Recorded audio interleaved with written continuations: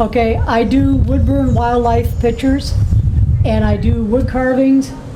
Most of my wood carvings are what they call wood spirits, and I do a lot of little shelf sitters. These are fun to do, and you can make them ugly or funny as you want. And I do a lot of Santa ornaments, and whoops, Santa lost his head. The bobbleheads are fun. And then they call these Santimals. These are Santas, but they're also animals. And then, of course, there's the cypress knees. Cypress knees can only be found down south. And they carve nice and they make wonderful carvings. And the wood burnings, I've been wood burning for over 35 years because my husband got tired of smelling the oil paint. These are carved golf balls. These are real golf balls. And inside, these colors are all the colors of the golf balls. These are chip carved. Then I carve faces. When you find an orange golf ball, you've got to carve a pumpkin. And then. So how do you do that? Well, the hardest part. That's the outside of the ball, is that color? No, this is a cover. I take the covers off. And then carve the ball. Oh, if I'm so different. I've never looked inside a golf ball before, so they're different colors inside. Yeah, and some of them still have rubber bands in them, and I usually take the golf balls and bounce them on concrete. If they have rubber bands in them, they will not bounce as high as the ones with the solid core. But these are fun, and you can make keychains out of them. Oh. And this one was a polar bear. I found a pink one time, and I'm looking at this pink golf ball wondering, what do you carve in a pink golf ball? A pig. And this one was done after I saw the Wounded Warrior Project. And I was lucky enough to be chosen to carve a feather like this for a lady whose son lost his life fighting for us. And this is a copy I made for me. The one I did for her has her son's name on it and is where he served on here. But the Wounded Warrior Project, all the feathers that were carved for the soldiers are in a museum down in Mansfield. And these little mice are called shelf sitters. They sit on the edge of your computer, on your shelf, and they make sure you spell everything right. And this one, excuse me, this picture here, I did to honor our soldiers. It has the eagle and the flag, and it's for sale, maybe. Do you do a lot of stuff? Do you decide I can't part with this? No, I will part with anything. If the money's right? If the money's right. But sometimes I give them away too. This is one that I did that animal lovers should like it. Those kitty cats were on a calendar, and I couldn't resist. So now they're on a piece of wood. But I usually do animals, everything, and this is something that people might like. That's a real golf ball in there, and it's a secret on how I got it in there, but you won't get it out. And then I do lots of little things, these little bears and little reindeer. This is one of my favorite Santas that I did. It's a Christmas ornament. And they call this pierce carving because it goes all the way through. But I'm willing to show anybody any of these if they want to see them. Mm-hmm. Just call, make an appointment. And Bob, if you can hand me one of those birds. These are called comfort birds, and they're smooth, and they're meant to be carried in your pocket or your purse. And if you get nervous or upset, you sit here and rub them, and it calms you down. And they're fun. And it works? Yes, it does. I started carving when I quit smoking, to give my hands something to do. And I have found that a dull knife will cut your hands a lot quicker than a sharp one. But the carving has mushroomed, and I really enjoy doing it. I enjoy doing the dragons. This little fella here is one of my favorites. He's all one piece of wood, and he was fun to do. And I do a lot of horses. And this one, I saw a vulture sitting on a fence post one day, and I thought, darn, it'd make a neat little carving. So there he is. And his head turns so you can make him look at you. Ah, And my wood burnings, I like to do dragons, as you can see. I was lucky enough when I was in high school, the principal caught me drawing in study hall, and he recommended me for a 6-week drawing course at the Cooper School of Art in Cleveland, which I'm very grateful for. One of the sites on the internet had a contest for carving spoons, which I don't usually carve. And this is the one I carved for it, and I won 3rd place with it. well, you said you won some other awards too. The deer. Tell about that. Okay, I sent this to the National Wood Carvers Congress wood carving show in Iowa, and then I drove out there. And this won me 5th place, which might sound, well, 5th place. But I was told by some of the wood carvers out there that in the International Wood Carvers Congress, 5th place was like getting 1st place in other shows. And when I asked the judge why I won, because the carvings were fantastic. He says because it was different. And I said, different in what way? He says, most people carve a buck. You carved a doe. And I have to admit, I carved a doe because the antlers got away from me. But it's one of my favorite things, and I would like to say it's for sale, but I broke the ear on it, and I glued him back on 3 times, so he's mine. How much time do you spend, say, in a day working on this? Some days I don't do any of it. If I start on one, I'm usually there for 5 or 6 hours. I can't bring myself to get away. This one here, I can't sell it or anything because I spilled some paint on it. But I did this one in Wisconsin when I went up to give a class. And it's one of my favorite horse pictures. Now, do you take a picture, or do you do the drawing of the horses and then? Actually, this horse here was modeled after the horse that I used to have, my contest horse. And these other 2 I found on the internet pictures. I make So then sure. you hand draw them? Or? Yeah, and I don't draw them on the wood because the pencil marks are hard to erase. I usually put them on paper, and then I transfer them onto the wood How do you do that? with graphite paper. Carbon paper, if you use carbon paper and then you wood burn through the carbon, it can give you dangerous fumes. And you never wood burn without a fan to draw the smoke away. If you do, you take a chance on ruining your lungs. I always have a fan pulling the smoke away. And it's just a safety concern. There's some wood that you shouldn't wood burn on. The exotic woods can be dangerous. But if you wear a respirator mask or keep your fan going, then you should be fine. I sell them word of mouth. I pass out a lot of business cards. And on my Facebook page. So you have a Facebook fan page that you...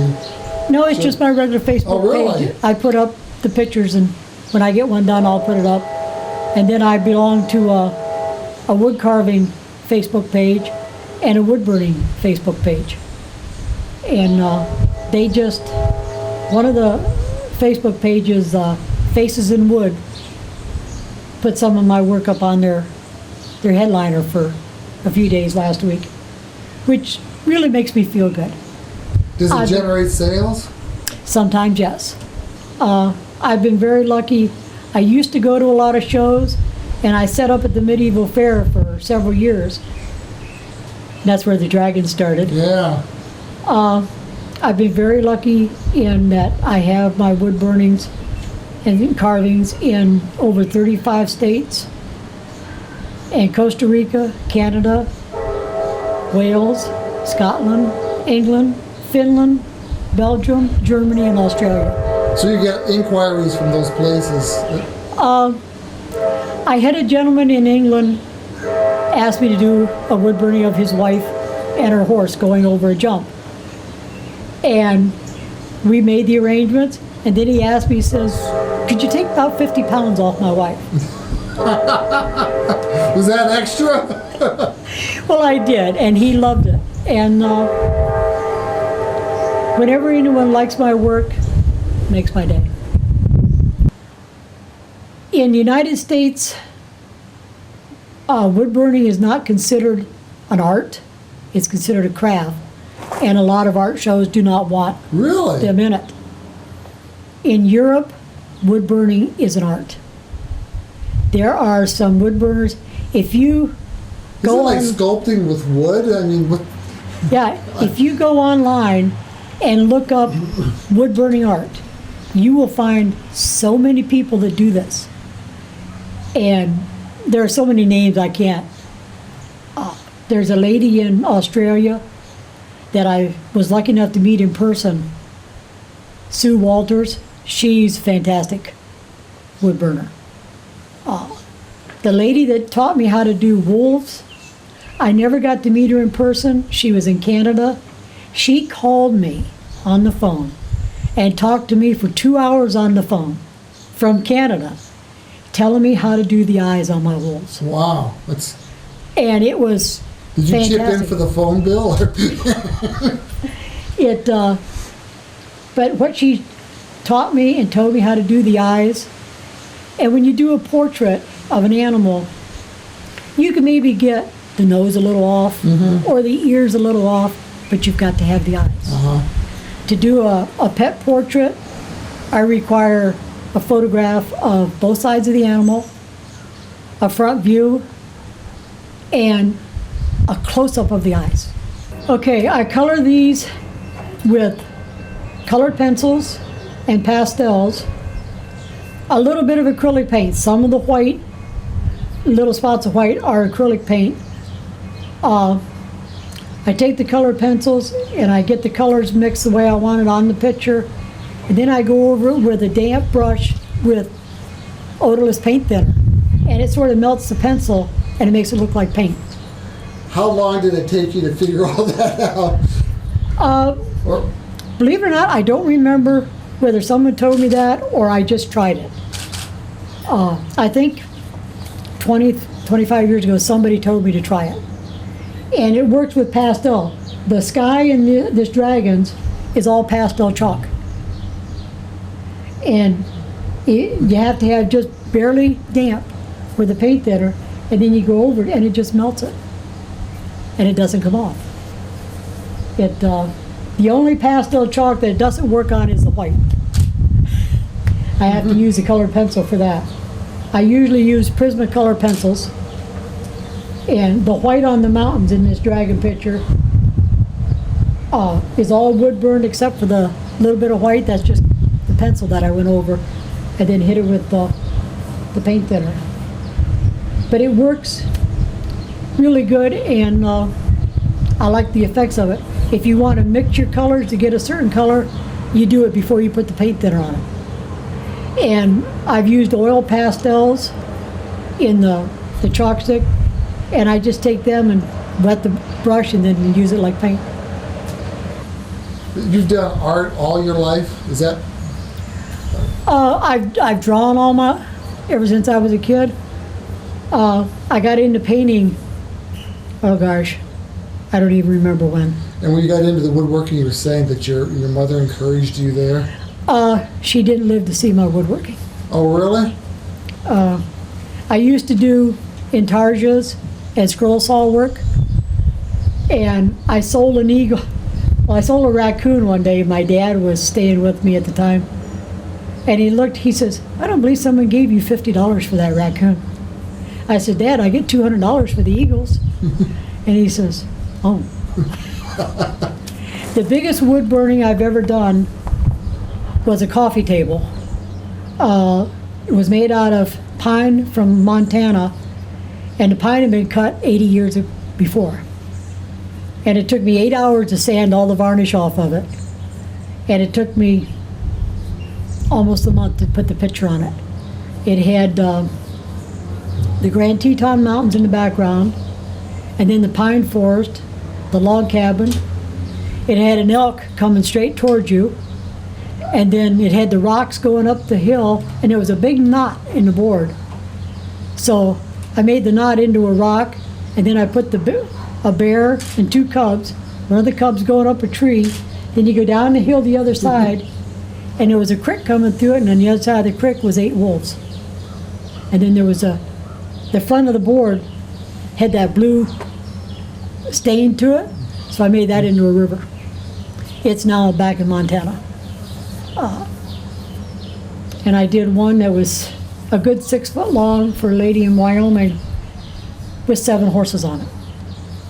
And that one was fun to ship because I had to go down to the aluminum siding place and ask if I could have one of their boxes to shove it into. But it's fun, and I enjoy making something that people enjoy looking at. Have you ever figured out how much you make an hour doing some of these? Some of them I do decent at, some I don't. I try to keep them priced to where ordinary people can afford them. I've traded a lot of my stuff for things. I once traded a painting for a shotgun. I've traded a painting of horses for a car. I traded a wood burning for 1,000 business cards. And I've given away a few. This picture of the eagle with the flag, my grandson is an Iraqi war veteran, and he was wounded there, and he liked it so well.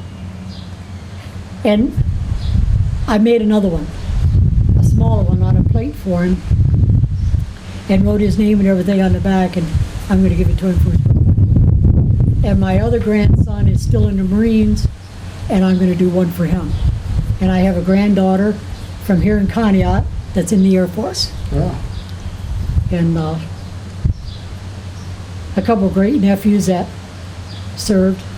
It, to me, the American flag and the eagle stand for something. Like I said, I do things to order. Somebody has something they want, I'll work it out. They approve the drawing before I put it on a board. If I can't draw it, then I'll point it to somebody that can. My grandson is a fantastic artist. He did the painting on the library in Rock Creek on the wall, and he did a drawing of a wolf and an eagle, which he has graciously given me permission to use in a woodworking. When I get it done, I'll put it on my Facebook. But it's fun. If anybody's really interested in learning how, I'd be willing to give them pointers. Okay. It keeps you busy, and you can wood burn on plywood. The only thing with plywood, if you burn on it, don't go too deep, because then you get into the center and you get into the chemicals, and you don't want to do that. And you never, never, never burn over varnish or paint. And you never burn on plastic. That's a good way to kill yourself. But the best wood I found to wood burn on is maple, basswood, sycamore, cherry. You can wood burn on cherry, but cherry will darken over time, and then you lose your picture. If you put a wood burning in bright sunlight, it will fade. You don't want to put it in bright sunlight. The ones that I color, I found don't fade like the ones without color in them. But I try to burn mine dark enough that they don't fade. I've got some hanging on my wall that been there for 15 years, and you can still see what they are. I have so many of them in there. I turn out a lot of them. But that's what I do, and that's what keeps me sane.